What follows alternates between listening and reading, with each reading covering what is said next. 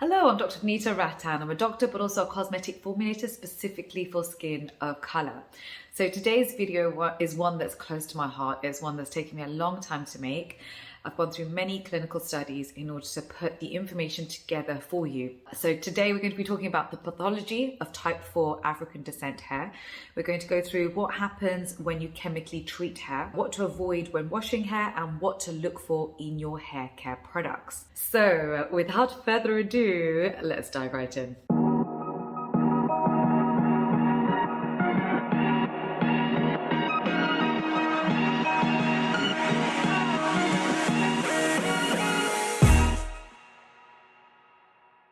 So let's start with the pathology. So when you look at Afro ethnic hair and you go along the hair strand, it's not equal diameter along it.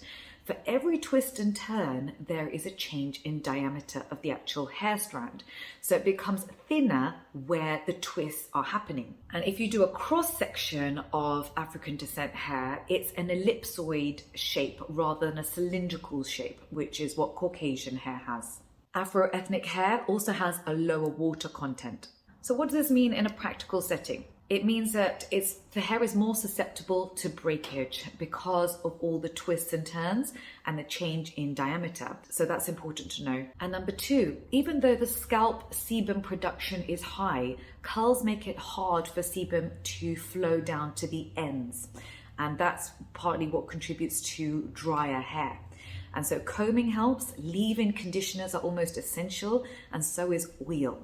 So applying oil, not to the scalp itself, but to the actual hair strand is going to help with hydration. Number three, styling with chemical or heat pressing leads to breakage and so prevents long hair. But also it leads to a negative charge on the hair, which leads to increased friction. This is why you want to use leave-on conditioners that reduce this negative charge, reduce the interfiber friction, and reduce the amount of mechanical stress needed to comb the hair. Number four, using a shampoo with harsh surfactants is a bad idea because what it does is it strips the oil from the scalp, it overstrips it, but also increases chargeability by depositing anionic surfactants. This is why lubricating the hair is so important, to reduce static charge, to reduce abrasion, because abrasion then leads to hair breakage, but due to protein loss. This is why carrier oils and silicones are very important for type 4 hair. Avoid essential oils. You want carrier oils. I'll go through that a little bit later on in the video. African hair also has less density on the scalp than Caucasian hair. So Caucasians have roughly 120,000 hair follicles compared to African hair, where you're looking at more like 90,000. And this is why when you straighten African descent hair, the scalp can feel exposed and it can feel like you have volume loss. So how does hair get damaged over time? So the reason why we have hydrophobicity from our hair, meaning water is repelled from our hair, is because of 18-MEA. That's a fatty acid that's covalently linked that sits on top of the hair shaft. Removal of this 18-MEA lipid layer then allows water to come into the hair shaft and swell it. Now, if you swell a hair shaft up to about 30%, nothing's going to happen. But between 30 to 70%, you now have irreversible damage, and after 80%, fracture of the hair occurs. This is why repeated chemical treatment or environmental stresses will strip the hair of this 18-MEA protective lipid layer and will then lead to damage of the hair. It leads to scaling of the cuticles on the strands of the hair. The good news is, however, you can improve this with the right cosmetics, the right ingredients. You're not going to get it back to how it was before, but you can definitely improve the situation and reduce further breakage. Next, I want to talk about how hair straightening works and microscopically what's happening to your hair and your scalp. So chemical relaxing of the hair is very common. It's something that I did as a teenager as well. It is permanent. So what happens is an alkali, a very strong alkali, sodium hydroxide, usually 1 to 10% is put on the hair. And that swells the hair shaft and allows chemicals to enter the hair shaft. These chemicals then react with the keratin protein and damage the disulfide bonds that leads to the curls. Then there's a reducing phase where the hair is basically straightened in order to reform these bonds. The most common side effects of this is 67% report frizzy hair, 61% report dandruff, 47% report hair loss, and 40% report thinning and weakening of the hair. Using this information, I've put together the key actives that I think would be beneficial to type 4 hair, and I recommend you take notes just so that you can look to see, does your current hair care routine have these key actives in it? And I'm going to tell you why I think these actives are important. So in your shampoo, I think it's important for you to have antioxidants because you want to reduce oxidative stress. Oxidative stress leads to free radicals, which damages the hair and the scalp skin. So an example of this would be, say, your vitamin E. So in your shampoo, ideally you want to have vitamin E. Shampoo is the only part of the hair care routine that should be touching the scalp. Your conditioner should not be touching the scalp. That's for, 1 inch away from your hair, right down to the ends.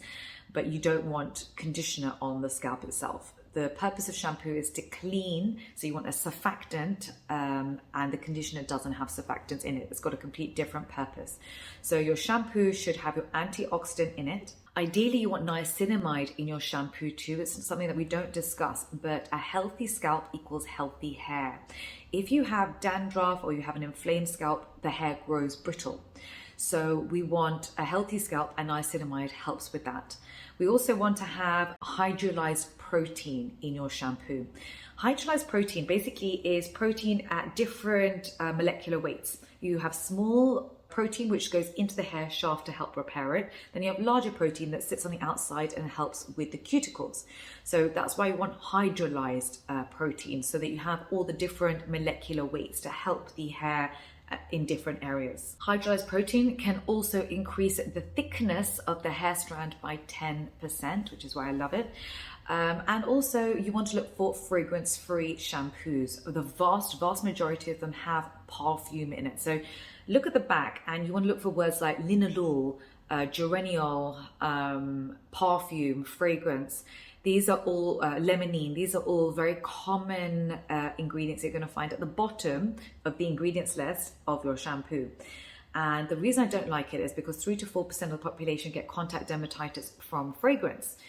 And so for skin of color, that has greater repercussions for us because we also get hyperpigmentation. But also contact dermatitis on the scalp is going to lead to hair thinning, hair breakage, or even hair loss. So for me, it's just an absolute no-no. You don't want any fragrance in your shampoo. In addition, ideally you want anti-inflammatories, things like panthenol, in order to calm down any inflamed scalp.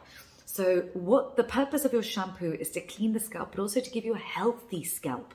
Healthy scalp equals healthy hair. So this is the Dr. Vanita Rattan hair care range, and I'm just going to explain to you what's in it. So if your shampoo already has all the ingredients I've talked about, then you don't need to know about this. But if it doesn't, then this is the Thickening Shampoo. This has everything I've discussed that should be in your shampoo. And the surfactants are gentle. That's very, very important because I don't want you overstripping the scalp and removing those delicious oils that need to go down the hair strand. Now, the function and purpose of a conditioner is to improve combability of the hair, to mimic the 18 MEA outer lipid layer, to seal the cuticle and to remove negative charge, which happens with damaged hair, to decrease frizz and friction, and to improve shine and smoothness of the hair. So the key actives you want to look for in your conditioner, so write this down so you can make sure you check your own conditioner, is you want silicones. Silicones are inert polymers and they are heat resistant. They've been demonized for some reason in the hair care industry, but they are essential to improve slip of hair and reduce force needed to comb the hair. So at the back of your packaging, look for the word dimethicone. That's a very common silicone used. The next ingredient I want are proteins and peptides. They have many ionic areas in order to attach to the hair using van der Waals forces. You want large proteins to attach to the outside and smaller proteins inside. And I love hydrolyzed wheat protein in particular because it mimics the effect of keratin in the hair. Some other ingredients that I love are shea butter to reduce dryness. Vitamin E is a very powerful antioxidant. Arginia oil is great for split ends. Almond oil to increase hair volume if that's something that affects you. And also, again, you want to look for fragrance-free and essential oil-free. So you want to avoid things like lavender. You want to avoid things like bergamot oil. You want to avoid sandalwood oil. All these oils are fragranced and are sensitizers. So as much as you want your hair to smell gorgeous after you've come out of the shower, fragrance really is the enemy for healthy hair. You also want to have a high fat content with your conditioner to make sure that it really is sealing the outside, because we are trying to mimic that 18 MEA fatty layer on the outside of the hair shaft. Now, if your conditioner has all these things, great. If not, I have made the cuticle repair conditioner for you. And a little test you can do actually is when you pop it onto your hand, just to see how fatty it is, you should be able to go upside down with it without it running off your hand. If it's running off your hand, it has a high water content and it's not great. It's not going to replicate that 18 MEA lipid layer. So that's how to assess whether your conditioner, a little rule of thumb to see whether your conditioner is fatty enough or whether it's mainly water. I also highly recommend a leave-in conditioner in between hair washes. And again, you want it to be fatty as well. So this is the one that I've used. This is the Protect and Shield conditioner that helps protect you from heat and environmental influences such as wind and UV rays. So this, again, it's very fatty, and you just pop it onto your hair curls in between your hair washes if you want to rehydrate your curls. The next leave-in product that I love are hair oils. Now, the purpose of your hair oil is actually to fill in the gaps in between the cuticle cells in order to give you a smoother hair shaft. It also helps with lubrication. And I would say you want to get a fine balance with your hair oil, because you don't want one that's so heavy that you don't feel comfortable, and you want it to feel quite light. I'd also avoid butters, because butters are not liquid at room temperature, and so increased combing force required. And I would also recommend a hair oil that has silicones in it, because silicones are going to protect you from any heat styling, and they're inert. So they're a brilliant product to use on the hair to lubricate it.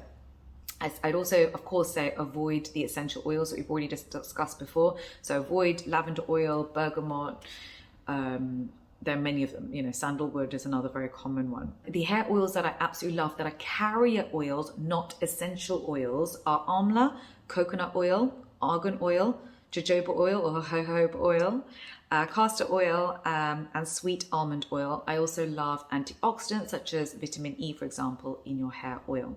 You also want it to be fragrance-free, as we've already discussed, and you don't want hair oil on the scalp. You want hair oil on the hair strands itself. So this, I've put that all, by the way, into our strand strengthening oil. If you already have an oil that has all the things that I've discussed without the irritants, brilliant. If not, this is an option for you.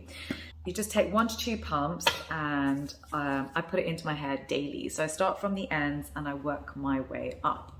You don't want hair oil ever to be on the scalp itself. I'll tell you why. We have a microbe called Malassezia. Now, Malassezia feeds on sebum, and Malassezia, there's 10 times as much Malassezia in someone with dandruff than someone without dandruff. And someone who has dandruff then produces weak, brittle hair. 50 to 70% of the population have dandruff. It's, a huge problem. And putting oil on the scalp is only going to feed the Malassezia more. So anything you put on the scalp has to be water-based, not oil-based or fat-based. So that's something that I think that is a misconception, that putting oil on the scalp is going to hydrate the scalp. If you put oil on the body, I'm happy for you to do that, because yes, it will reduce transepidermal water loss, it traps water in the skin, and it will hydrate your skin. I myself oil my body as soon as I've pat myself dry outside the shower. And normally on the scalp, if Malassezia wasn't a problem, I would say do the same thing. But because of Malassezia and because of dandruff and because it's so widespread, and the proof of hair breakage and weaker hair from someone with dandruff versus someone with a healthy scalp has been proven, it's just not something that I want to perpetuate. And this is how we're now at the cutting edge of science for type 4 scalps, because having a dry scalp is very common. I get asked about it a lot. And I think partly is because there are fewer hair follicles on the scalp for African descent hair versus Caucasian hair. Remember we said 90,000 versus 120,000, and sebum comes from the base of the hair follicle. So I can understand the scalp producing less oil, but also there isn't a product yet that exists for dry scalps. I'll tell you why. Whether you can use a water-based tonic, which is going to temporarily give you relief, but water evaporates. If you use a cream, it's in emulsion, which is water and fat, so now it's got fats in it. Or if you use pure oil on the scalp, that's fats as well, and that's feeding the malassezia.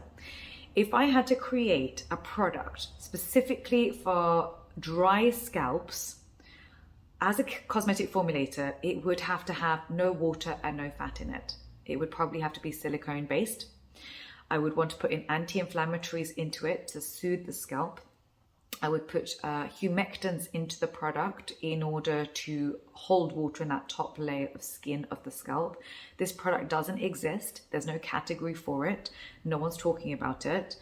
I don't even know if I should make it or not. And this is really what I would put to you. So everything I've ever made has come from you telling me, Dr. V, this thing doesn't exist. Can you go and make it for us?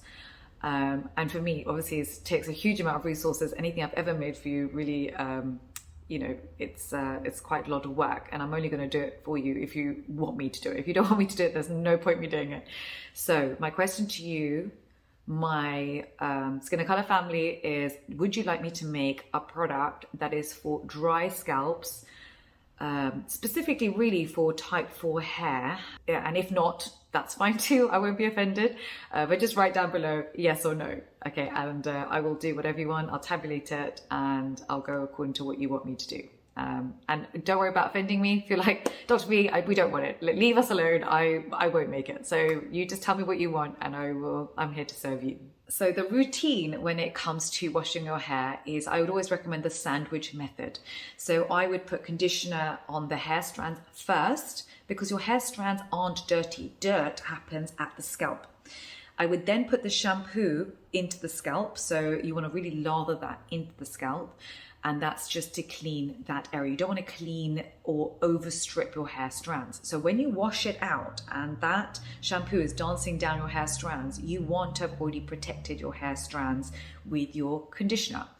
And so I call it sandwich method. So conditioner first and then shampoo and then wash it all out. Then I go back in with my conditioner, and usually we don't recommend brushing your hair in the shower, but for type 4 hair, because you want to reduce friction, you want to reduce combing forces, that's best to do in the shower. So I'd use, wide tooth comb or detangling brush from the ends, gently working your way up with the conditioner in. Then you would wash that out. When you come out the shower, I put your leave-in conditioner into your hair, then followed by your hair oil. So now you've basically you've got water that's on the hair. Now you've got an emulsion, which is the leave-in conditioner, which is fats and water. Then you put the hair oil on top, and that will seal that water into the hair as much as possible. If you are also worried about hair growth, then I recommend a follicle stimulating water-based tonic. So this is the Anagen Boost Tonic. Whichever one you have is fine. Just make sure it's fragrance-free. And the percentages to stimulate the hair follicle are in the correct percentages. So you can pop that on if, hair growth is something that's bothering you, or you're getting thinning hair at the top. And then I want you to wrap your hair in a microfiber towel. And what that does is you've now got heat opening the hair cuticles, allowing the protein to penetrate, allowing the attachments to happen, the van der Waals forces to happen, allowing repair of the hair. And then when you remove your microfiber towel and you've had that occlusion, you're going to find your hair is in a much, much better condition. I've done pretty much everything to my hair. I've bleached my hair, I've dyed my hair, I've done extensions, I've, done the whole destruction of my hair, especially in my teens and 20s. And then I just found my hair so brittle that I just had to chop it all off up to here and start again. And so I created this hair care routine for people like me who have curly hair that has been over-treated, brittle, damaged. And I just hope you love this hair care range as much as I do. I think it saved my hair, and I use it on my daughter as well, who has hair down to, you know, basically 3/4 of her body is it's like past her bottom down to her knees, and curly hair like mine. So very, very difficult to manage hair, and it's the only thing that seems to be able to reduce force needed to comb her hair. So I hope you love this product as much as I do. I can't wait to hear your feedback. Please, write down below, be completely brutally honest with me. You know, that's what this place is all about. And if you have any feedback for me, you know, I take everything on board and I change everything according to what you want. Thank you so much for listening. I'm in the comment section for 1 hour at the launch of every single video, so I can't wait to see you here. And please do follow me on Instagram. I've got a couple of accounts, Dr. Vanita Rattan and Skincare by Dr. V. I'm also on TikTok, Dr. Vanita Rattan, and we have a private Facebook group called Dr. V Sock Family. It's a safe space to come and talk about your skin and hair care journey. And if you have any questions, you're probably not the only one that's suffering with something. You know, the group is thousands of us and we're all really there to help. So I hope you do come and join. Thank you so much for listening. Take care. Bye.